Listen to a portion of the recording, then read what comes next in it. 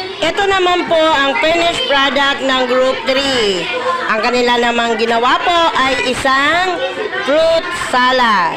Later po atin pong matitingman ang bawat isa sa kanilang mga ginawa.